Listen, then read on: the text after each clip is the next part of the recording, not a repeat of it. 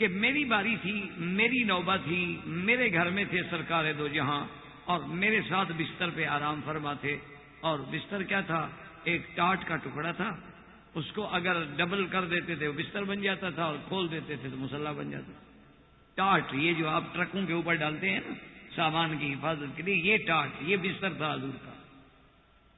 اس کو 4 دفعہ یعنی اس کو ڈبل کر کے کر دیتے تو بستر بنا کے اسی پہ سو جاتے، اور کھول دیتے تو وہی گویا قالین ہے، وہی دری ہے، وہی چٹائی ہے، وہی سب کچھ. یہ فراش رسول اللہ صلی اللہ علیہ وسلم. آج کل ہم عشق کے دعوے تو بہت کرتے ہیں نا جی، مولوی بھی، پیر بھی، بڑے بڑے لوگ بھی، لیکن ان کی زندگیوں کو اور سرکار دو عالم کی زندگی کو دیکھو تو ایسا تفاوت معلوم ہوتا ہے کہ آدمی حیران ہو جائے کہ خدا جانے ہمارا عشق کس بات میں ہے، صرف نام لینے میں یا میٹھی چیز کھانے میں، حلوہ کھانے میں، بس ہمارا عشق اسی طرح محدود ہے. لیکن دندان مبارک شہید کرانے میں تو کسی کو توفیق نہیں ہوتی. اللہ کی توحید کے لیے اپنے پاؤں چھلنی کرانے کی تو کسی کو توفیق نہیں ہوتی. اتباع سنت رسول میں رات کو ٹاٹ پہ سونے کی تو کسی کو تکلیف نہیں ہوتی. تو بہرحال بی بی عائشہ فرماتی ہے رضی اللہ تعالی عنہا صدیقہ بنت صدیق کہ میری جو آنکھ کھلی میں نے دیکھا فما وجدت رسول اللہ کہ حضور تو بستر پہ نہیں ہے. تو سیدہ عائشہ فرماتی ہیں کہ میرے دماغ میں فوراً ایک خیال آیا کہ پتہ نہیں حضور مجھے چھوڑ کے کسی دوسری بیوی کے گھر میں تشریف لے گئے، کیونکہ گھر تو کٹھے تھے نا بیویوں کے ازواج مطہرات کے. اس کا یوں آپ اندازہ فرما لیں کہ جہاں اب حضور کا روضہ مبارک ہے یہ حجرہ ہے بی بی عائشہ. اسی کے ساتھ آگے سارے حجرے تھے لائن میں، جہاں اب صف اول ہوتی ہے اور محراب ہے اور ممبر ہے اور امام کھڑے ہو کے نماز پڑھاتے ہیں، یہ ساری جگہ جو ہے حجرے تھے. یہ حضرت عثمان رضی اللہ تعالیٰ عنہ نے خرید کر کے پھر مسجد میں ملائے تاکہ مسجد کو بڑھا دیا جائے، مسجد چھوٹی ہو گئی. تو گویا کہ ایک حجرے میں دوسرے حجرے میں تشریف لے جانا کو مسئلہ نہیں، درمیان میں تھوڑا سا فاصلہ ہے. تو بی بی عائشہ فرماتی ہیں کہ میرے دماغ میں فوراً ایک خیال آیا کہ شاید اللہ عالم کہ آج حضور کسی دوسری بیوی کے گھر میں تشریف لے گئے، اور میرے لیے بہت بڑا مسئلہ ہوتا ہے، فطری بات ہے نا جی کہ سوکن کے گھر میں اگر شوہر چلا گیا. تو سیدہ عائشہ فرماتی ہے کہ میں فوراً اٹھی اپنے حجرے سے، اور چاندنی تھی اور چاند کھلا ہوا تھا. تو میں نے حضور کے پاؤں کے نشان مبارک دیکھے کہ بھی حضور کہاں تشریف لے گئے. اور ساتھ سیدہ عائشہ یہ بھی وضاحت فرماتی ہے کہ چونکہ ہم قریش خاندان کے لوگ تھے تو بڑے بڑے قبیلے سے ہمارا تعلق تھا، تو ہمارے قبائل میں مال مویشی ہوتے تھے، تو یہ پاؤں دیکھنے کا ہمارے یہاں بہت رواج تھا. تو اس لیے تھوڑی بہت سدھ بدھ مجھے بھی تھی. تو فرماتی ہیں کہ میں نے پاؤں دیکھے اور حضور کے نقش قدم پہ چلی کہ تلاش کروں کہ آخر حضور کہاں تشریف لے گئے. فرماتی ہیں کہ تلاش کرتے کرتے میں آئی تو میں کیا دیکھتی ہوں کہ حضور بقیع الغرقد مدینہ منورہ کا وہ شان والا قبرستان جنت البقیع الغرقد کے دروازے پہ کھڑے ہیں اور دعا مانگ رہے. بی بی عائشہ فرماتی ہیں کہ میں اب چھپ کے حضور کے پیچھے کھڑی ہو گئی کہ چلو اب آ تو گئی ہوں نا یہاں تک، اب حضور کی دعا میں تو شریک ہو جاؤں، یہ نعمت مجھے پھر کہاں ملے. تو میں چھپ کے کھڑی ہو گئی اور آمین آمین اپنا کہتی رہی اور دعا سنتی رہی. اور حضور تو اپنی دعا میں ہے نا، ہماری دعائیں تو نہیں تھی نا جی کہ دعا بھی مانگتے رہتے ہیں، ماشاءاللہ جوال کے نمبر بھی پڑھ لیتے ہیں، گھنٹی کتنے کی ہے، یہ تو ہماری دعائیں ہیں نا. برزباں تسبیح و در دل گاؤ خر، جیسے بزرگوں نے کہا ہے کہ ہمارا حال تو وہ ہے کہ زبان پہ تو ہوتی ہے تسبیح سبحان اللہ، اور دل میں ہوتا ہے کہ یارو گدھا میرا کہاں ہے، پانی بھی پلایا اس کو کسی نے کہ نہیں. دل میں کھوتے اور زبان پہ تسبیح. اسی لیے پھر کیا اثر ہمارا تو اللہ عالم، آپ کی بات نہیں کر رہا، میں اپنی بات کر رہا ہوں. خدا جانے ہماری نمازیں بھی قبول ہوتی ہیں یا نہیں. کیا ہماری نماز ہے کہ ہم نماز میں کھڑے ہوتے ہیں اور یعنی جو چیزیں یاد نہ آتی ہوں نا وہ بھی ہمیں نماز میں یاد آتی ہیں. اچھا وہ یار وہاں بھی جانا تھا، اچھا اس کا بھی فون آیا تھا، اچھا سب نماز میں آتی، یعنی یہ ہماری نماز ہے. اسی لیے کسی نے کہا تھا نا کہ جی جو کبھی میں سر بسجدہ ہوا تو زمین سے آنے لگی صدا، تیرا دل تو ہے صنم آشنا، تجھے کیا ملے گا نماز، کیا نماز پڑھ. اسی طرح جیسے کسی بزرگ نے کہا ہے کہ میں جب سجدہ کرتا ہوں تو زمین چیختی ہے کہ مرا خراب کر دی کیوں بسجدہ ہے ریائی، ریا کے سجدے کر کر کے مجھے تو خراب نہ کرو، کسی اور جگہ جا کے سجدے کرو دکھانے کے لیے. ہمارے تو نہ نمازیں ہیں نہ دعائیں ہیں، یہ تو دعا ہے سرکار دو جہاں کی کہ اس دعا میں اتنی آپ مشغول ہیں، اتنی اس دعا میں، حالانکہ حضور کی صفت ہے کہ جیسے آپ آگے دیکھتے تھے ایسے پیچھے دیکھتے تھے، یعنی یہ حضور کی خصائص میں ہے، حضور کی شان میں ہے، صفات میں ہے کہ سرکار دو جہاں کو اللہ آگے بھی دکھلاتے پیچھے بھی دکھلاتے۔ بی بی عائشہ جی پیچھے کھڑی ہے کہ حضور نہیں دیکھ رہے ہیں نا، کہ وہ دعا میں ہے۔ جب معاملہ اللہ کے ساتھ جڑا ہوا ہو تو پھر کسی کا کیا فکر ہوگا؟ جب انسان کا تعلق خدا سے بن جائے، اسی لیے مالک ابن دینار فرماتے ہیں کہ جس دن میری دعا منظور ہوتی ہے نا مجھے پتہ لگ جاتا۔ تو شاگردوں نے پوچھا کہ حضرت کیسے پتہ لگ جاتا ہے؟ فرمایا کہ جب اللہ سے دعا مانگتے ہوئے مجھے دعا میں لذت آئے اور خوف سے میرے بال کھڑے ہو جائیں اور دل کے اندر رقت پیدا ہو اور آنکھوں سے آنسو چم چم بہ رہے ہوں، میں سمجھتا ہوں کہ اب میری دعا منظور ہو گئی۔ اور جس دن میں بے خیالی میں بس دعا مانگ رہا ہوں، نہ دل دماغ کے ساتھ ہے، نہ دماغ دل کے ساتھ ہے، نہ زبان دل کے ساتھ ہے، بس ایک لفظ ہے نکل رہے ہیں، تو میں سمجھتا ہوں بھی آج کچھ نہیں۔ یہ تو انسان کے اپنے بس میں ہے۔ اسی کو کہتے ہیں علماء کہتے ہیں، اس کو کہتے ہیں صرف توجہ، کہ اپنی توجہ کو کسی طرف صرف کر کے ایک جگہ پہ مرکوز کر دینا۔ یہ ایک اولیاء اللہ کی مصطلحات ہے۔ اس کا بزرگوں نے ایک چھوٹی سی مثال سمجھائی ہے۔ انہوں نے کہا کہ اگر ایک عورت یعنی روٹی پکا رہی ہو، اگر اس کی کامل توجہ اس کی طرف نہ ہو تو یا روٹی جل جائے گی یا ہاتھ جل جائے گا، ایک اصولی سی بات۔ اسی طرح مثلا اگر ایک ڈاکٹر آپریشن کے اندر اس کی کامل توجہ نہ ہو، اللہ معاف کرے، تو دل کے بجائے کہیں گردے نکال لے گا۔ دیکھا نہیں کئی دفعہ ہوتا ہے کہ بھئی وہ کینچی اندر بھول گئے، کبھی ٹاول اندر بھول گئے، کبھی دانت دائیں کے بجائے بایاں نکال دیا، کبھی بائیں کے بجائے دایاں نکال دیا، کیوں خیال اس بیچارے کا دوسری طرف ہوتا ہے۔ وہ میرے ایک دوست تھے، تو ایک دن میں جا رہا تھا اسپتال میں، کافی پرانی بات ہے، کراچی کی بات ہے، تو مجھے اس نے کہا کہ کہاں جا رہے ہیں؟ میں نے کہا میں فلاں ڈاکٹر کے پاس جا رہا ہوں، ذرا چیک اپ کرانا ہے۔ اس نے کہا اس کی نرس بڑی خوبصورت ہے، اس کو ذرا باہر بھجوا دینا جب چیک اپ کرائیں آپ۔ میں نے کہا کہ ان کا ڈاکٹر اسی کو دیکھتا رہے گا، تمہارا نسخہ تھوڑا لکھے گا۔ انہوں نے کہا اس کا قلب و فکر جو ہے انشاءاللہ وہ وہی مشغول ہوگا اور آپ کو انشاءاللہ مارنے کے لیے وہ اچھا نسخہ تجویز کر دے گا کہ آپ وقت سے بڑے آرام سے سکون سے مر جائیں، تکلیف نہیں ہوگی آپ کو مرنے میں۔ میں واقعی گیا، سچی بات یہ ہے کہ وہ اس نے مجھے جائز مشورہ دیا تھا، تو واقعی ڈاکٹر صاحب بڑے مصروف تھے، مشغول تھے، تو میں نے کہا کہ حضرت اگر مقامات محبت سے گزر چکے ہوں تو فقیر کو بھی دیکھ لیں، اور اگر کچھ منازل باقی ہیں تو آپ طے کر لیں، میں کل حاضر ہو جاؤں۔ تو انہوں نے فوراً کہا کہ اچھا بھی ٹھیک ہے، سب کو نکال دو، ابھی مکی صاحب کو دیکھنا ہے۔ ویسے بڑی مہربانی۔ وہ بیچارے سمجھ بھی گئے کہ یہ تو بہت گہری بات کہہ گئے ہیں، مقامات محبت کا اشارہ جو کر گئے ہیں مجھے، تو بیچارہ شرمندہ بھی ہو گیا، اور بڑا وہ یعنی ورلڈ فیم کا آدمی، بہت بڑا اللہ عالم اب زندہ ہے یا نہیں، پرانی بات ہے، ہم اس وقت جوانی کی بات تھی جب آتش جوان تھا۔ تو بہرحال تو بات یہ ہے، اصولی بات یاد رکھو کہ اگر بغیر توجہ کے روٹی نہیں پک سکتی، بغیر توجہ کے تم ایک ٹیپ ریکارڈر نہیں ٹھیک کر سکتے ہو، بغیر توجہ کے تم ایک اینک نہیں پہن سکتے ہو، بغیر توجہ کے چاہتے ہو اللہ ہماری دعائیں سن لیں، عجیب بات نہیں ہے۔ تم اپنے پہلے توجہات کو، اپنے قلب کو، اپنے فکر کو تو مرکوز کرو نا اس کے دروازے پر، پھر وہ مانگ کے دیکھو، پھر اس مناجات میں لذت دیکھو۔ دیکھو نا آخر کیا بات تھی کہ بوڑھے آدمی، ضعیف آدمی، 90 سال کی عمر تھی، قاری فتح احمد صاحب رحمۃ اللہ علیہ کی، اب کھڑے ہیں 3 گھنٹے ہاتھ اٹھا کے بس دعائیں مانگ رہے ہیں اور آنسو بہ رہے ہیں، رو رہے ہیں، اور 3 گھنٹے۔ ہم جوان آدمی 5 منٹ کے بعد ہاتھ نیچے کر لیں، ٹھیک کر کے پھر ہم شریک ہو جائیں، پھر جب تھک جائیں پھر ہم نیچے کر لیں، اتنا بھی نہ دیکھ تو نہیں رہے۔ یہ ہمارا حال ہے، وہ ان کا حال ہے، وجہ کیا ہے آخر؟ علماء نے لکھا ہے کہ جب تم اپنی بیوی سے مشغول گفتگو ہوتے ہو، پھر تو کہتے ہو ٹیلی فون بھی بند کر دوں، گھنٹی نہیں آنی چاہیے، اور اللہ سے مشغول ہوتے وقت تمہیں کوئی خیال نہیں کہ اب مجھے کوئی ڈسٹرب نہ کرے، میرے خیالات جو ہیں وہ ٹوٹ نہ جائیں، تفکرات الجھ نہ جائیں۔ تو جب خدا سے براہ راست بات کرتے ہو تو وہاں یہ خیال کیوں نہیں آتا کہ بھی میں اب ساری دنیا سے کٹ جاؤں؟ اسی کو کہتے ہیں نا حنیفن، اللہ نے فرمایا ولیکن کان حنیفن، کہ میرا ابراہیم حنیفن۔ حنیفن کا کیا معنی ہے؟ سب سے رخ موڑ کے اس سے جوڑنے والا، حنیفن مسلمہ۔ تو جب تک تم اس مقام پہ نہیں آؤ گے تو دعائیں کیسے اثر؟ اور جب اس مقام پہ آ جاؤ گے نا، پھر اس کے خزانے میں بھلا کیا کمی ہے؟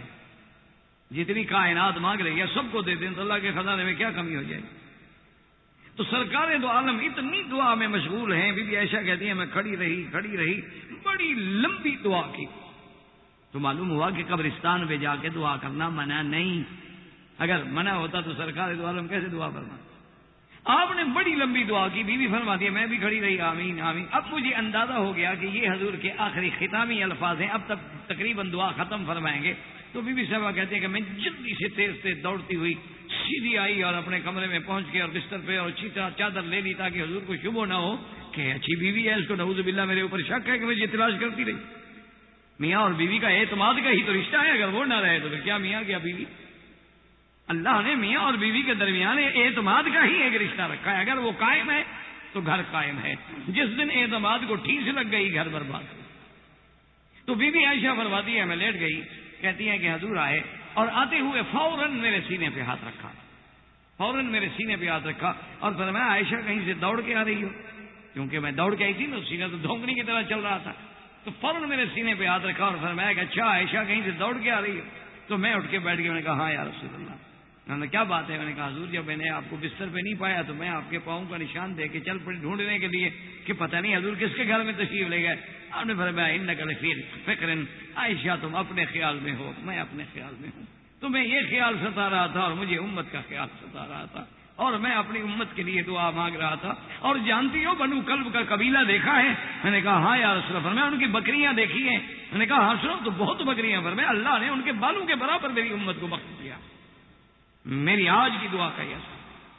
تم اپنے فکر میں ہو, میں اپنے فکر, تم اپنی سوچ میں ہو, میں اپنی سوچ. تو اس لیے میں نے عرض کیا تھا کہ ہر کسی کی ایک فکر ہے کہ اگر حضور پاک چاہتے تو کسی دوسری بیوی کو بلا لیتے, عائشہ کو بلا لیتے.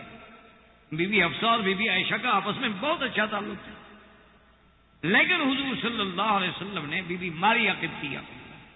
تو اس لیے علماء فرماتے ہیں کہ شاید سرکار دو جہاں کی یہ سوچ تھی کہ باقی سب بیویاں جو ہیں وہ تو ایک مقام کی ہیں, ان میں سے اگر کسی کو بلایا جائے ہو سکتا ہے کہ وہ دل میں اچھا نہ سمجھے. اب میری بات کا انکار بھی نہیں کر سکتی, اللہ کے نبی کا انکار کون کرے, لیکن وہ دوسری بیوی کے گھر میں آنا اچھا نہ سمجھے.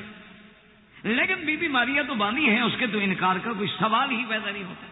تو بی بی صاحبہ تشریف لے آئیں اور حضور صلی اللہ علیہ وسلم نے اپنی خواہش مبارک بھی پوری فرمائی جیسا کہ کتابوں میں ہے. اور حضور صلی اللہ علیہ وسلم جب فارغ ہوئے اور باہر تشریف لائے کمرے سے, دیکھا تو بی بی حفصہ جس کا گھر تھا وہ باہر بیٹھی ہے اور رو رہی ہے. حضور نے فرمایا لماذا تبکی, کیا بات ہے, کیوں رو رہے؟ انہوں نے کہا رسول اللہ فی یومی فی بیتی علی فراشی, کہ سرکار دو جہاں میرا دن ہے, میرا گھر ہے, میرا بستر ہے, آپ نے دوسری بیوی کو کیوں بلایا؟ آپ نے اس کا مطلب ہے کہ میرا کوئی مقام آپ کے دل میں نہیں تھا. میں نے آپ اندازہ کریں. اچھا یہ باتیں جو ہے نا یاد رکھیں, یہ ناز ہوتا, یہ اعتراض نہیں ہوتا. کوئی اعتراض کرے حضور پر نعوذ باللہ وہ مسلمان رہ سکتا ہے؟ فرق سمجھا کریں. بیوی جو گھر میں بات کرتی ہے اس کو اپنے خامند پہ ایک ناز ہوتا ہے. اس لیے علماء کہتے ہیں کہ بیوی کبھی الٹی پلٹی بات بھی کر جائے تو برداشت کیا کرو. وہ بغض نہیں ہوتا, وہ ایک ناز پہ کہہ رہی ہوتی ہے کہ آخر میں اس کی بیوی ہوں, ورنہ کون حضور کو ایسی بات کہہ سکتا ہے. تو حضور پاک نے فرمایا کہ حفصہ, حضور نے پھر اس کو سمجھانے کی یہ نہیں فرمایا کبھی میری بیوی ہے, میں نے بلا لیا, میرا گھر ہے, تو میں جو گھر دیا وہ بھی تو میرا گھر ہے, اور جب وہ میری بیوی ہے میرے لیے حلال ہے, تو میں اگر اس کو بلا لوں اس میں کیا ہے؟ میں نے کہا حضور اتنی بات بھی نہیں کہے, بلکہ محض ایک عورت کے دل کو جو ٹھیس لگی تھی اس کے عقل کے مطابق اس کی دل جوئی کے لیے حضور نے فرمایا اچھا حفصہ زیادہ بات نہ کرو, آج کے بعد میں نے بی بی ماریہ کو اپنے اوپر حرام کر دیا. بات انی حرم تو ماری, کہ جس کی وجہ سے تمہاری دل شکنی ہو رہی ہے نا, ختم ہو گئی بات, میں نے اس کو اپنے لیے حرام کر دیا, آج کے بعد میرے لیے حرام ہو گئی. اب تو بی بی صاحبہ خود بخود مطمئن ہوگی, خوشی ہو گئی کہ بھئی اس کو حضور نے اتنا تو نہیں اونچا کیا کہ میری شان میں, بلکہ میرے لیے اس کو حرام کر دیا. تو بی بی حفصہ خوش ہو گئی. لیکن یہاں ایک مسئلہ سمجھ رہے, ایک ہوتا ہے اللہ کے حلال کو اعتقاداً حرام کہنا, بات کو سمجھیے, یہ تھوڑا سا باریک مسائل ہوتے ہیں, لیکن آدمی توجہ کرے تو پھر کوئی مسئلہ نہیں, بات وہی توجہ کی ہے. تو اللہ نے ایک چیز کو حلال کیا, اگر اس حلال کو وہ عقیدتاً یعنی اعتقاد میں بھی یہ سمجھے کہ یہ حرام ہے, یہ تو کفر ہے, کافر ہو گیا. مثلا اللہ نے بکری کو حلال کیا, مرغی کو حلال کیا, وہ کہتے نہیں ہے حرام, اور عقیدہ رکھتا ہے کہ یہ حرام ہے, تو کافر ہو گیا, کیونکہ اللہ کے حلال کو کوئی حرام نہیں کر سکتا. اچھا اسی طرح اللہ کے حرام کو بھی کوئی حلال نہیں کر سکتا.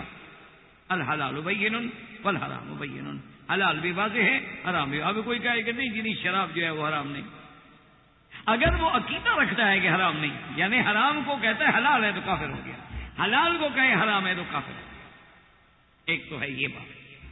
اچھا، ایک یہ بات ہے کہ عقیدہ تو نہیں رکھتا، یعنی عقیدہ تو اس کا ہے کہ حلال حلال ہے، لیکن وہ کہتے ہیں میرے لیے حرام ہے، تو یہ ایک بات جو ہے گناہ ہے کہ جب حلال ہے تو پھر تم اپنے اوپر حرام کیوں کر رہے ہو؟ دو بات۔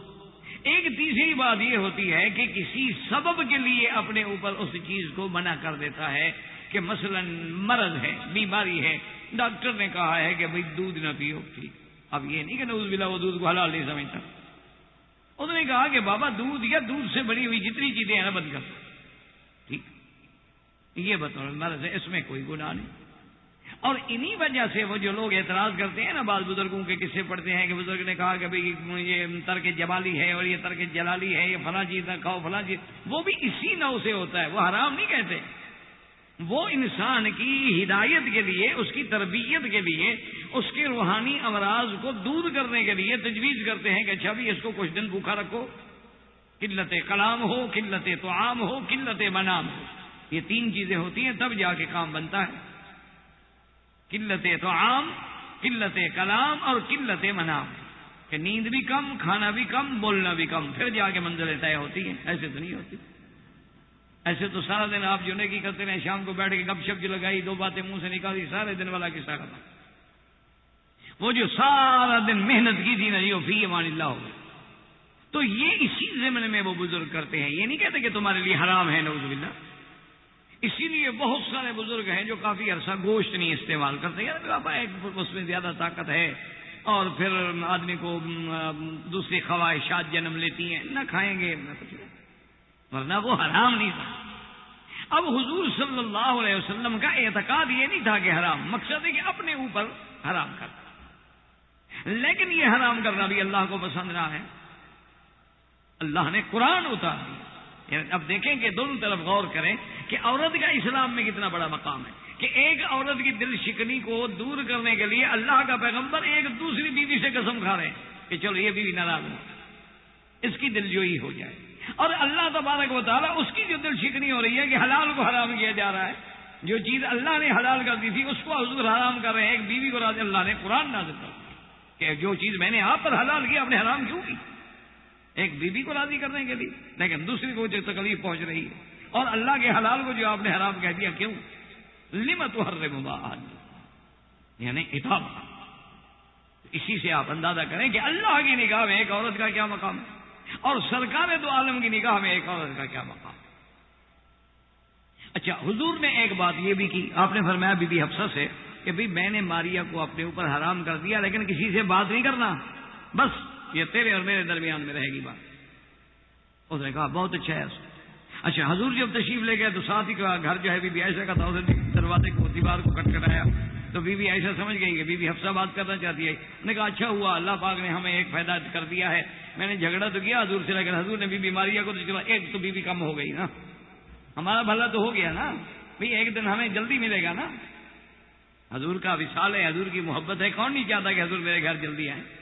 تو بہرحال اس نے حضور کے حکم کی خلاف ورزی کرتے ہوئے اپنی بہناپے کو مقدم رکھ کے خوشی میں ضبط نہ کر سکی اور بی بی عائشہ کو بتلا۔ ایک واقعہ یہ جس پر مفسرین نے لکھا ہے کہ یہ صورت نازل ہوئی، اور بعض علماء فرماتے ہیں کہ نہیں، واقعہ یہ نہیں ہے، بلکہ واقعہ یہ ہے کہ حضور صلی اللہ علیہ وسلم جب عصر کے بعد ہر بیوی کے گھر میں تشریف لے جاتے تھے تو بی بی زینب کے گھر میں جب آپ جاتے تو وہاں زیادہ دیر لگ جاتی، یعنی اگر اور بیویوں کے گھر میں 10 منٹ بیٹھے ہیں تو وہاں 20 منٹ لگ گئے۔ جب یہ روز ہونے لگا، کیونکہ یہ تو روز کی بات تھی، روز ہونے لگا تو اب یہ بات بی بی عائشہ، بی بی حفصہ اور ان کو ناگوار گزری کہ کمال ہے، حضور وہاں زیادہ وقت دے رہے ہیں اور ہمیں تھوڑا وقت دے رہے ہیں۔ اور اس پہ اندازہ کریں یہ فطری باتیں ہیں، اس میں کوئی انہونی والی بات نہیں ہوتی، یہ فطری باتیں ہیں کہ آدمی کی بیویاں جب ہوتی ہیں سب چاہتی ہیں کہ میرے پاس زیادہ وقت، یہ ایک فطرت ہے، نیچر۔ اور پھر جب شوہر بھی محمد مصطفیٰ ہو تو کون نہیں چاہے گا بلا حضور ایک منٹ میرے پاس زیادہ بیٹھے، جن کا دیکھنا عبادت ہو، جن کا ملنا عبادت ہو، جن کا بولنا عبادت ہو، جن کی بات رحمت ہو، جن کا وجود رحمت ہو، جو سراپا رحمت ہو، ان کے قرب کو کون تلاش نہیں کرے گا؟ تو بی بی عائشہ، بی بی حفصہ، اور بعض کہتے ہیں کہ اس میں بی بی سودا اور بھی بیویاں شریک ہوئی. ان نے ایک پروگرام بنایا، آپس میں مشورہ کیا. انہوں نے کہا کہ اب ہماری یہ طاقت تو ہے نہیں کہ حضور کو کہیں کہ جی آپ بی بی زینب کے گھر میں زیادہ کیوں بیٹھتے ہیں، لیکن کوئی ہیلا کرتے ہیں، کوئی تدبیر کرتے ہیں، کوئی مشورہ کرتے ہیں تاکہ حضور وہاں نہ بیٹھے زیادہ. پہلے تو پتہ کریں کہ وجہ کیا. پتہ لگا کہ بی بی عائشہ بی بی زینب کے گھر میں کسی نے عقہ، یعنی اس وقت یہ ہوتی تھی نا چمڑے کے بنے ہوئے، جیسے عربی میں گربا بھی کہتے ہیں، مشکیدے کہتے ہیں، چھوٹے چھوٹے مشکیدے ہوتے تھے، شہد اس میں ہوتی، گھی بھی اسی میں ہوتے تھے، شہد بھی اسی میں ہوتی. تو کسی نے بی بی زینب کو ہدیہ بھیجی تھی شہد. تو جب حضور تشریف لے جاتے تو حضور صلی اللہ علیہ وسلم کو شہد کا شربت بنا کے پیش کرتے، اور حضور پاک کو شہد کا شربت بہت پسند تھا. بلکہ بعض علماء نے اپنے کتابوں میں یہ معمولات میں بھی لکھا ہے، کیونکہ آپ لوگ تو ماشاءاللہ ڈاکٹر ہیں، معالج ہیں، آپ کے لیے یہ چیزیں مفید بھی ہوں گی، کہ حضور کی عادت مبارکہ تھی طیبہ کی زندگی میں کہ آپ جب سردیوں کا موسم ہوتا تو گرم پانی میں 2 چمچ شہد نوش فرماتے روزانہ باقاعدہ، اور جب گرمیوں کا موسم ہوتا تو ٹھنڈے پانی میں حضور شہد کی شربت کا 1 گلاس نوش فرماتے. تو آج پوری دنیا کی ریسرچ جو ہو رہی ہے، آپ کو پتا ہے کہ شہد کے بارے میں کیا کیا علم آگے بڑھ رہا. تو بہرحال یہ ایک شفا بھی ہے، علاج بھی ہے، اتباع بھی ہے، اس سے بڑی اچھا. اور پھر ایک ایسی چیز بھی ہے کہ جس کا کوئی سائیڈ ایفیکٹ بھی نہیں. ورنہ انسانوں کے بنائے ہوئے تو بڑے سے بڑے قیمتی چیزیں جو ہیں، اللہ کا شکر ہے وہ تو اگر آپ کھلائیں نا انشاءاللہ تو دایاں ہاتھ ٹھیک ہوگا تو بایاں ختم ہو جائے گا اللہ کے نام سے. خود بیچتے ہیں، بناتے ہیں، 10 سال کے بعد کہتے ہیں کہ اس گولی کو بند کر دو، اس سے کینسر ہوتا ہے. ان لوگوں کے پٹھے 10 سال تک انہوں نے جو کینسر کرایا ہے اس کا کیا علاج ہے؟ ملٹی ملینئر لوگ ہوتے ہیں اور بڑی بڑی کمپنیاں ہیں، فرعون بن کے بیٹھے ہوئے ہیں، لوگ مرتے ہیں، مرنے تو ان کو تو پیسہ چاہیے. انا للہ و انا الیہ راجعون. تو بہرحال اب ان کو پتہ چل گیا کہ حضور شہد پینے کی وجہ سے دیر ہوتی ہے. تو انہوں نے کہا کہ ایسا کرتے ہیں کہ حضور پاک کی طبیعت مبارک ایسی ہے کہ آپ کو خوشبو بڑی پسند ہے. حضور کے تو پسینے سے بھی خوشبو آتی تھی نا، بدن مبارک سے بھی خوشبو آتی تھی، آپ کا تو سراپا خوشبو تھے، لیکن اس کے علاوہ بھی حضور کو خوشبو بہت پسند تھی. حب الیہ من الدنیا بثلاث. حضور نے فرمایا دنیا کی چیزوں میں مجھے 3 چیزیں بڑی محبوب ہیں. اب 3 سب سے پہلے خوشبو. اور یہ بھی روایات میں ملتا ہے کہ حضور پاک نے جو خوشبو استعمال کی، زیادہ مشک جسے آپ مسک کہتے ہیں، اور امبر اور عود، جو آج کل عرب بھی استعمال کرتے ہیں عود. اچھا، حضور کے زمانے میں بھی عود جو ہے یہ آپ کے انڈیا سے آتا تھا، العود الہندی، یہ معروف تھا حضور کے زمانے میں بھی. یعنی عود بھی انڈیا سے آتا تھا اور تلوار بھی انڈیا سے آتی تھی. یعنی السیف الہندی بھی معروف تھی اور عود بھی انڈیا کا معروف تھا، عود الہندی کے نام سے بڑا معروف. اور آج بھی اس کا ایک مقام ہے اگر صحیح ملے. بہرحال یہ وہ عطر ہیں جو حضور. اچھا، اسی طرح بعض روایات میں گلاب کا ذکر ہے، ورد. تو اب تو خیر کوئی چیز بھی خالص نہیں ملتی، بڑے لوگوں کو مل جاتی ہو تو الگ بات ہے، اور نہ ہم جیسوں کو تو مشکل ہے، کیونکہ جو خالص گلاب ہے طائفی وہ تو کم سے کم 10,000 ریال کا 1 تولہ ہوتا ہے، کون لے گا بھائی. اور عود خالص جو ہے اس کی لکڑی جو ہے 20,000 ریال کلو ہے.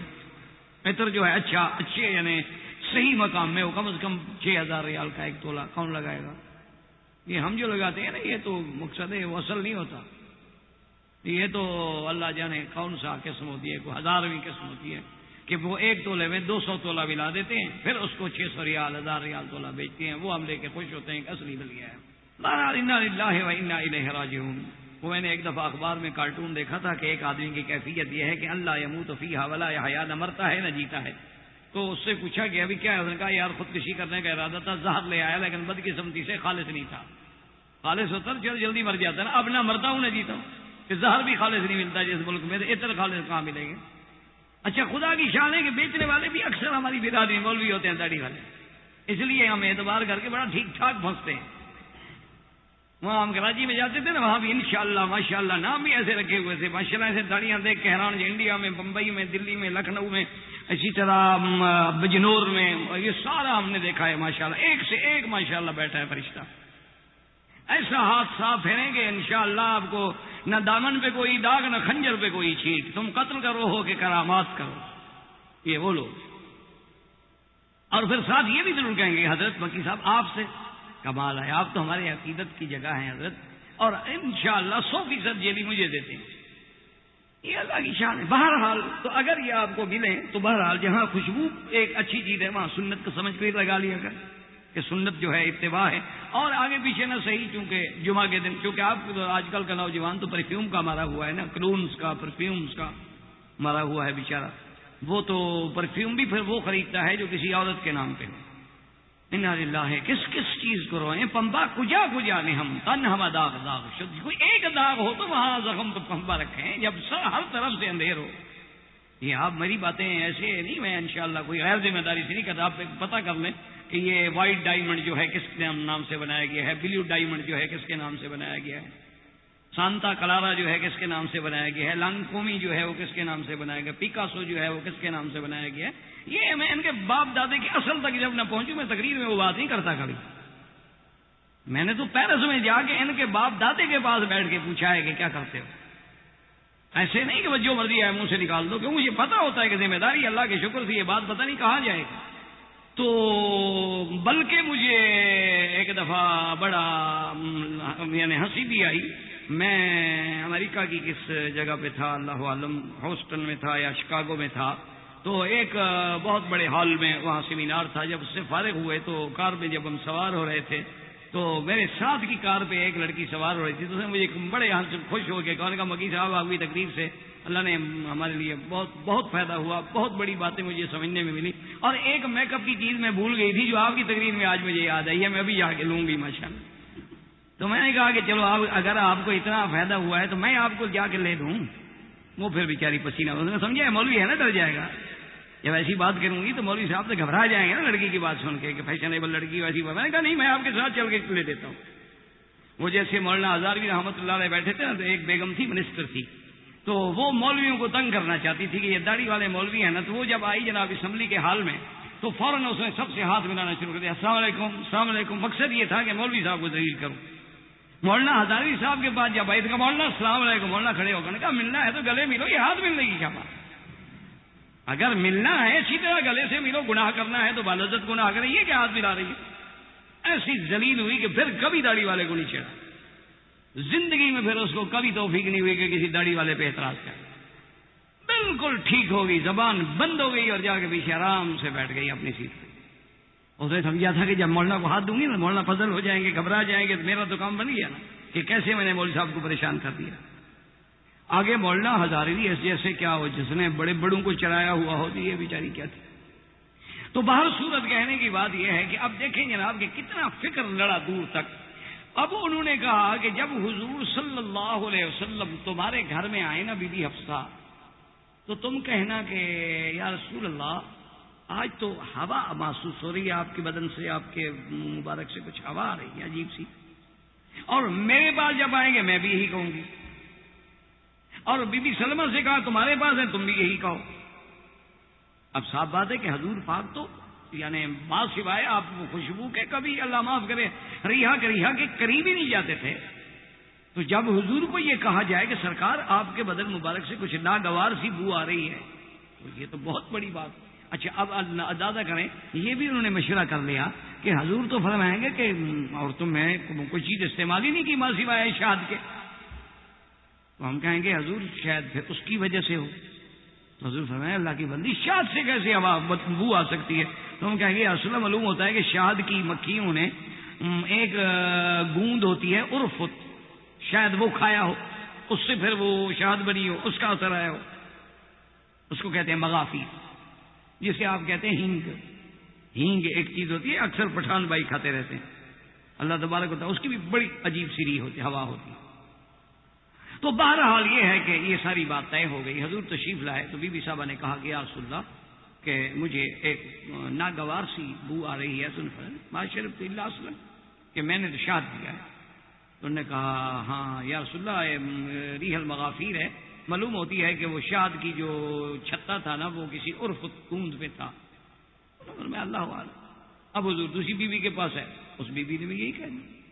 اب اللہ کے پیغمبر ہوں گے، دل تو صاف ہوتے ہیں، جب دل صاف ہوں جب ایمان صاف ہو تو پیغمبر تو پھر بات جو ہے نا وہ ہمارے حضرت ایک گزرے ہیں، وہ حضرت حافظ صاحب کے نام سے مشہور تھے، علماء بڑے علماء کے استاذ تھے.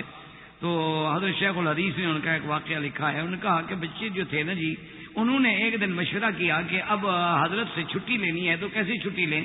تو بچوں نے آپس میں مشورہ کر لیا. اب جو بچہ ہے وہ کہ حضرت آپ کی آنکھیں آج سرخ لگ رہی ہیں. دوسرا آیا، اس نے کہا حضرت یہ آپ کو تو معلوم ہوتا ہے کچھ آگے کچھ پردہ کچھ جالا سا بھی آ رہا ہے، آپ کو نظر میرے خیال میں کمزور ہو رہی ہے. آپ تیسرا آیا، چوتھا آیا، انہوں نے کہا حضرت معلوم ہوتا ہے کہ بالکل موتیا تو آپ کی آنکھوں پہ گر رہا، آپ تو بالکل نابینا ہو رہے ہیں. اور شام تک جناب حضرت نابینا ہو کے بیٹھے، آنکھیں بند کر کے میں نابینا ہو گیا. اچھا اب کوئی نابینا نہیں، کچھ نہیں. اب لوگ آ رہے ہیں افسوس کر رہے ہیں، کہتے ہیں بھائی یہ مسلمانوں کے بچے ہیں، مسلمان کا بچہ جھوٹ نہیں بول سکتا. اتنے بچوں نے جو مجھے کہا ہے میں واقعی نابینا ہوں. اب کئی دن لکڑی پکڑے ہوئے رجال، آنکھیں بند ہیں، نابینا ہوں گی. کیوں؟ بچے جو کہتے ہیں. یہ ایمان تھا، یہ قلب صفا تھا. ہمارے چونکہ قلب صاف نہیں، ہم اس کو سمجھتے ہیں دیوانگی ہے، ہم اس کو سمجھتے ہیں کہ یہ تو پاگل پن ہے. لیکن یہ ان کے ایمان میں یہ تصور نہیں آ سکتا تھا کہ ایک بچہ مسلمان کا بیٹا جھوٹ بولے گا. انہوں نے ہمارے بیٹے نہیں دیکھے، انہیں باپ کو بیچ ڈالیں. وہ اپنے دور کے بچوں کو یہی سمجھتے ہوں گے بیچارے. آج کل تو ماشاءاللہ بیٹا جو ہے وہ باپ سے بھی 10 قدم آگے ہوتا ہے. تو بہر صورت یہ ہے کہ حضور پاک نے فرمایا ایسی بات ہے. انہوں نے کہا یا رسول اللہ انی لا ادری مغافیر کی ہوا آ رہی ہے. آپ نے فرمایا ما شربت الا عسلا. نے کہا اصل اکلت العرفت، ہو سکتا ہے عرفت کھایا. حضور نے فرمایا کہ آج کے بعد میں نے شہد حرام اور قسم کھا لی کہ میں شہد نہیں پیا. اب چپ ہو گئی بات. اللہ نے قرآن نازل کیا کہ یا میرے نبی لم تحرم ما احل اللہ، آپ نے اس چیز کو حرام کیوں کیا جس کو ہم نے حلال کیا؟ محض اپنی بیویوں کے رضامندی کے لیے. یعنی اللہ کے نبی نے ایک بات جو بیوی نے کہی دوسری نے کہی، یعنی عورت کا اتنا دل میں قدر ہے، اتنا احترام ہے کہ ان کو دل شکنی نہ ہو چلو میں آج کے بعد شاد نہیں پیوں. لیکن اللہ تبارک و تعالیٰ نے یہ صورت تحریم جو ہے وہ نازل. اب جناب دیکھیں، لیکن پھر یہ شان خداوندی ہے کہ تحریم، صورت تحریم میں عتاب بھی ہے لیکن ساتھ لطف و کرم بھی ہے کہ یا ایھا النبی لم تحرم ما، یا ایھا النبی خطاب جو ہے وہ خطاب ہے. یعنی اللہ نے یہ نہیں کہا کہ یا محمد، ورنہ ہر پیغمبر کا جو خطاب آتا ہے یا آدم اسکن، یا عیسی ابن مریم انت قلت للناس اتخذونی، بالکل خطاب یا داؤد. لیکن یہ شان محمد مصطفیٰ ہے کہ جب بھی میرا مولا خطاب فرماتے ہیں تو آپ کے القاب کے ساتھ، شان کے ساتھ، کبھی یا ایھا النبی، کبھی یا ایھا الرسول، کبھی یا ایھا المزمل، کبھی یا ایھا المدثر. تو یہاں عتاب کا موقع تھا، یہاں تو اللہ نام لیتے ہیں کہ نہیں یا ایھا النبی، کہ لطف بھی ہے اور ساتھ عتاب بھی ہے، لطف و کرم بھی ہے اور عتاب. کہ لم تحرم ما احل اللہ لک تبتغی مرضات ازواجک. اور آگے یہ بھی بتا دیا واللہ غفور الرحیم، اللہ بخشنے والے ہیں، مہربان ہیں. آپ کو یہ قسم نہیں کھانی چاہیے تھی، آپ کو حلال کو حرام نہیں کہنا چاہیے تھا، لیکن ہم معاف کر چکے ہیں اس لیے کہ ہم بخشنے والے، ہم مہربان. اب اسی طرح یاد رکھیں کہ اسی ضمن میں ایک واقعہ آتا ہے کہ بی بی حفصہ نے جب یہ راز افشا کر دیا، بی بی عائشہ کو بتا دیا، تو سرکار دو جہاں ناراض. اسی کو اللہ نے اسی قرآن میں بھی فرمایا کہ جب اللہ کے نبی نے اپنی بیوی سے ایک راز کی بات کی لیکن بیوی کہہ بیٹھی. اب اللہ نے آپ کو جب مطلع کیا اور حضور نے فرمایا کہ آپ نے ایسا کیوں کیا؟ قالت من انبا کہا تھا. انہوں نے کہا یا رسول اللہ آپ کو کیسے پتہ چلا؟ یہ تو میرے اور عائشہ کے درمیان کی بات ہے. قال نبأنی العلیم الخبیر، مجھے اس نے خبر دی ہے جو علم والا ہے اور جاننے والا ہے. اب دیکھیں پھر عورت کا مقام اسلام میں. حضور غصہ آیا اور آپ نے بی بی حفصہ کو طلاق کہ میرا راز تم نے کیوں کھول دیا؟ کیونکہ بیوی جو ہے وہ اپنے شوہر کے رازوں کی امین ہوتی ہے. یہ نہیں ہوتا کہ وہ دوسری عورتوں کے سامنے باتیں کرتی رہے گھر کی. اور جب شوہر ایک بات کی پابندی بھی لگا دے کہ یہ بات کسی سے نہیں کہنی تو پھر تو اور ذمہ داری بڑھ جاتی ہے. تو حضور صلی اللہ علیہ وسلم نے روایات حدیث میں آتا ہے طلقہا، آپ نے طلاق دے دی. اب جناب آپ دیکھیں کہ آج یورپ کی نظر میں بھی عورت کا مقام دیکھیں اور اسلام کی نظر میں بھی عورت کا مقام دیکھیں. حالانکہ طلاق دینا بھی حضور کا حق ہے، اللہ نے جہاں نکاح کی اجازت دی وہاں طلاق کی بھی اجازت دی. لیکن جبریل علیہ السلام آئے بطور خاص حضور کی خدمت میں، جبریل علیہ السلام آئے حضور کی خدمت میں اور آ کے کہا فراجعھا، یا رسول اللہ آپ رجوع کریں بی بی حفصہ کی طلاق سے. انہا صوامۃ قوامۃ، وہ تو روزے رکھنے والی، رات کو عبادت کرنے والی بیوی ہے، وہ تو اللہ کو اتنی پسند ہے، مہربانی کر کے طلاق واپس لے۔ یعنی آپ اندازہ کریں کہ اللہ کا فرشتہ جبریل جو وحی لے کے آتے ہیں وہ بی بی حفصہ کی طلاق واپس کرانے کے لیے حضور کی خدمت پہ آ رہا کہ حضور رجوع کریں، آپ کی بیوی تو بڑے شان والی ہے، آپ طلاق نہ دیں، طلاق دے دی ہے، رجوع فرما لیں۔ اچھا اب اسی طرح دیکھیں کہ جب یہ باتیں زیادہ بڑھ گئیں اور بھی کچھ اسباب ہو گئے تو اب دو باتیں ہو گئی نا، کہ ایک یا تو بی بی ماریا والا قصہ یا شہاد والا قصہ۔ لیکن بعض علماء کہتے ہیں کہ جھگڑے میں کیوں پڑو، ہو سکتا ہے وہ بھی واقعہ پیش آیا ہو، یہ بھی واقعہ پیش آیا ہو، ایسی بڑی بات ہی، تو لہٰذا کیوں ہم تعارض میں جھگڑیں کہ وہ غلط ہے یا نعوذ باللہ وہ غلط، کیونکہ بعض واقعات یعنی صحیح ہے میں ہیں۔ تو اب جناب اسی طرح جب باتیں اور بڑھی تو ایک مسئلہ ہے، اس کا نام ہے ایلا، کہ کوئی بندہ اپنی بیویوں سے قسم کھا لے کہ میں اس بیوی کے پاس 1 مہینے کے لیے مثلا نہیں آؤں گا، تو اس کو کہتے ہیں ایلا، اس میں طلاق نہیں ہوتی۔ اب حضور صلی اللہ علیہ وسلم اب ذرا پورے واقعات کو پس منظر کو دماغ میں رکھیں گے تو بات انشاءاللہ سمجھ آئے گی کہ بی بی ماریا کو حضور نے بلایا تھا، بی بی ماریا تو حضور کے بلانے پہ آئیں، بی بی حفصہ ناراض ہوئی تو حضور نے بی بی ماریا کی تحریم کا فیصلہ فرما لیا، پھر اللہ نے قرآن اتارا، حضور نے قسم کا کفارہ ادا کر دیا اور بات ختم ہو گئی۔ لیکن پھر دیکھو کہ اب حضور نے قسم کھا لی کہ میں اپنی بیویوں کے پاس 1 مہینے کے لیے کسی بیوی کے پاس بھی نہیں جاؤں، اس کو کہتے ہیں ایلا۔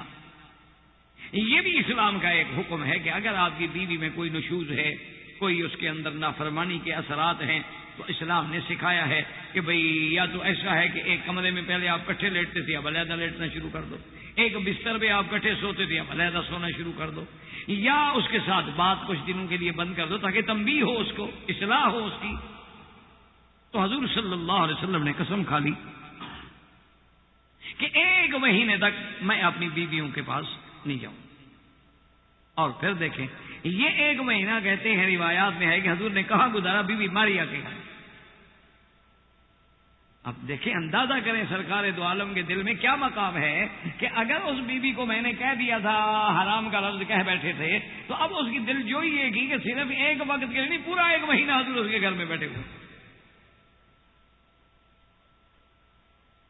اور ساتھ بیویوں کو بھی تبھی کتنا بڑا مقام ہے، کتنا احساس ہے ایک عورت کی عظمت کا، خیالات کا، کہ اس کو دل شکنی تو ہوئی تھی نا، بھی میرا کیا قصور تھا جو مجھے حرام کیا گیا، مجھے تو حضور نے بلایا، میں حاضر ہو گئی، میرا آخر کیا گناہ تھا؟ تو حضور نے بجائے اس 1 گھنٹے کے 1 مہینہ اس کے گھر میں بیٹھنے کا فیصلہ کر لیا کہ کسی بیوی کے گھر میں نہیں جائیں گے، پورا 1 مہینہ اس کے پاس ہے۔ اور یہ بات جو تھی پورے مدینے میں اڑ گئی کہ طلق رسول اللہ ازواجہ، کہ حضور نے اپنی سب بیویوں کو طلاق دے دی ہے، طلاق دے دی ہے، طلاق دے دی ہے، اور پورے صحابہ مدینہ منورہ کی مسجد میں، حضور کی مسجد میں بیٹھے اور رو رہے کہ یار اتنا بڑا حادثہ ہو گیا، حضور نے طلاق دے دی اپنی بیویوں کو، امہات المومنین ہماری مائیں، ہماری ماؤں کو آج طلاق ہو گئی۔ جن کو احساس ہوتا ہے، جن کو قدر ہوتی ہے، ان کو پتا ہوتا ہے نا کہ ماں پر طلاق کا کیسا مقام ہوتا ہے، کیسا وقت ہوتا ہے۔ حضرت عمر رضی اللہ تعالی عنہ کو پتہ چلا تو آپ سیدھے بی بی حفصہ کے گھر میں، اپنی بیٹی کے گھر میں۔ آپ نے آگے کہا بی بی حفصہ سے کہ اچھا میں نہیں کہتا تھا کہ تم زیادہ جرأت نہ کیا کرو حضور کے سامنے بات کرنے کی، اب اچھا ہو گیا، اب میں نے سنا ہے کہ حضور نے طلاق دے دی ہے، ٹھیک ہو گیا، اب اسی لیے میں کہتا تھا کہ حفصہ اتنا جرأت نہ کیا کرو بات کرنے کی۔ اچھا ایک روایت میں یہ بھی آتا ہے کہ آگے بھی بی بی حفصہ تھی نا، تو عمر کی بیٹی تھی، اس نے کہا ابا جان بات یہ ہے کہ میرا اور میرے شوہر کا معاملہ ہے، آپ کیوں خفا ہو رہے ہیں؟ نے کہا کہ یہ میرا اور میرے شوہر کا معاملہ ہے، ہم جانے ہم آپس میں جانیں گے، ہمارا معاملہ آپس میں ہے، آپ کیوں ناراض ہو رہے ہیں مجھ سے؟ لیکن آگے بھی تو عمر ہے نا، تو انہوں نے کہا عسیٰ ربہ ان طلقکن، یہ کہا کہ ہو سکتا ہے کہ اگر اللہ پاک نے حضور کے دل میں یہ بات ڈالی ہے کہ وہ اپنی بیویوں کو طلاق دے دے، تو قادر ہے یبدلہ خیرا منکن، کہ وہ ان بیویوں کے بجائے اللہ حضور کو اور بیویاں اچھی دے دے گا، مسلمات مومنات قانتات تائبات عابدات سائحات طیبات وابکارا۔ اندازہ کرو حضور کی بیویوں کی صفتوں کا کہ وہ بیویاں کیسی ہوں گی۔ اس لیے قرآن کہتا ہے کہ خیرا منکن مسلمات مومنات قانتات تائبات عابدات سائحات سیبات وابکارا، کہ وہ عورتیں اپنے آپ کو اللہ کے سپرد کرنے والی، اللہ پہ ایمان لانے والی، رات کو لمبی لمبی عبادت کرنے والی، غلطی ہو تو توبہ کرنے والی، رات دن زندگی عبادت میں گزارنے والی، روزے رکھنے والی، بیوہ بھی اور کنواریاں بھی، اللہ تو قادر ہے، اگر اللہ کے نبی نے طلاق دے دی اللہ بدل دے۔ اسی لیے حضرت عمر کہتے تھے کہ خدا کی شان ہے کہ جو لفظ میرے زبان پہ نکلے اللہ نے عرش سے وہی نازل کر۔ تو حضرت عمر رضی اللہ تعالیٰ عنہ کہتے ہیں کہ بھئی اپنی بیٹی کو ڈانٹنے کے بعد پتہ کیا کہ حضور کہاں ہیں، تو پتہ لگا کہ حضور صلی اللہ علیہ وسلم فلاں مقام پہ ہیں اور اس غرفے میں ہیں، یعنی غرفہ کہتے ہیں اوپر والے کمرے کو، ایک کمرہ نیچے تھا ایک کمرہ اوپر تھا، تو حضور اوپر تھے۔ تو حضرت عمر نیچے آئے، آپ کا غلام جو ہے باہر بیٹھے تھے، حضرت رباط نے کہا کہ فاستاذن لی رسول اللہ، حضور سے اجازت مانگو، کہو عمر دروازے پہ آیا ہے۔ تو اس نے جا کے عرض کیا، حضور خاموش رہے، وہ واپس آیا، اس نے کہا عمر اجازت نہیں ملی۔ تھوڑی دیر گزری، حضرت عمر نے پھر آواز لگائی، غلام نے جا کے پھر عرض کیا، تو حضور خاموش رہے، واپس آیا، اس نے اشارہ کیا اب اجازت نہیں مل رہی۔ حضرت عمر کہتے ہیں اب میری جان نکلنی شروع ہو گئی کہ بھئی حضور مجھے بھی ملنے کی اجازت نہیں دے رہے، بات نہیں کر رہے، اور صحابہ مسجد میں بیٹھے رو رہے ہیں۔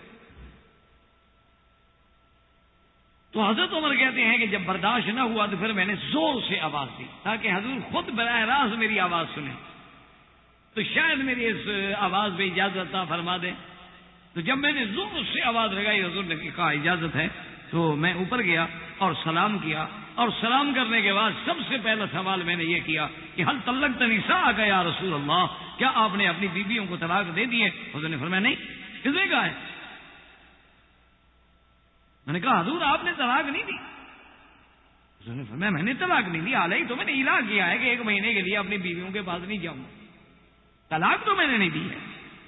تو حضرت عمر کہتے ہیں کہ یا رسول اللہ یہ تو بڑی خوشی کی بات ہے۔ حضرت عمر کہتے ہیں ایک روایت میں آتا ہے کہ میں نے زور سے کہا اللہ اکبر، اور زور سے وہیں سے آواز دی ما طلق رسول اللہ، حضور نے کوئی طلاق نہیں دی، مسلمانوں خوش ہو جاؤ۔ میں نے کہا حضور صحابہ تو رو رہے ہیں کہ ہماری ماؤں کو طلاق ہو گئی، میں ما طلق تو۔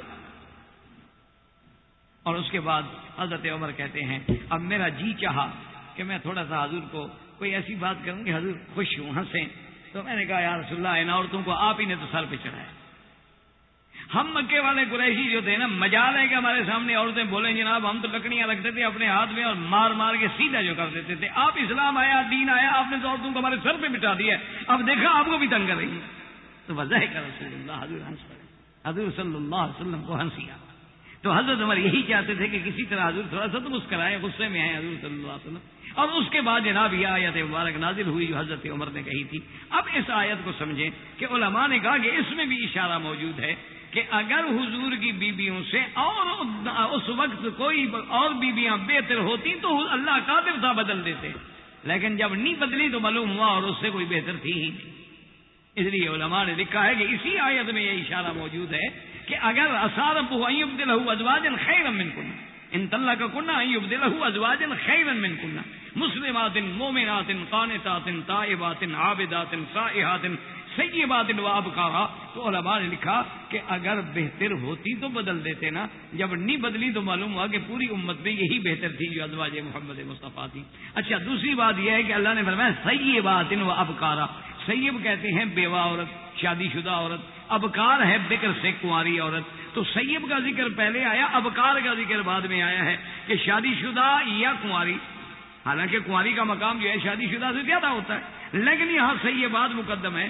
تو علماء نے کہا یہ بھی اشارہ ہے نا، حضور کی پہلی بیوی بھی سیب تھی نا خدیجہ، اور کنواری بیوی تو بعد میں آئی تھی، تو اس سے اشارہ ہوا کہ حضور کی بیویوں میں یہ تمام کامل کی کامل صفات موجود تھیں، اور اللہ نے اپنے نبی کے لیے ان کو چن لیا تھا اور یہ مقام دیا تھا کہ ازواجہ امہاتہم، کہ قیامت تک حضور کی بیویاں جو ہیں پوری امت مصطفیٰ کی مائیں ہیں۔ اس سے بڑا ایمان سے کہیں کو مرتبہ ہو سکتا ہے جو آج تک دنیا کے کسی مذہب نے دیا ہو کہ حضور کی بیوی اور قیامت تک جو مسلمان پیدا اس کی بھی ماں ہے، جو پیدا ہو چکے یا آئندہ پیدا ہوں گے، جو بھی کلمہ پڑھے گا اس کے لیے وہ ماں کا درجہ رکھے گی۔ اللہ تبارک و تعالی ہمیں اسلام کی روشنی میں مقام عورت کو، عظمت عورت کو سمجھنے کی توفیق عطا فرمائے۔ واللہ اعلم وآخر دعوانا الحمدللہ رب العالمین۔ احباب کرام،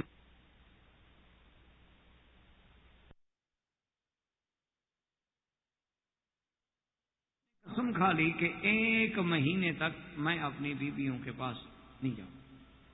اور بعض روایات میں ہے کہ پھر یہ 1 مہینہ بی بی ماریہ قبطیہ رضی اللہ تعالی عنہا کی جن کی دل شکنی ہوئی، تو اس دل شکنی کی وجہ سے کہ اس پر حضور صلی اللہ علیہ وسلم نے تحریم کا فیصلہ کیا تھا، تو ایک اللہ کے پیغمبر کی کتنی بڑی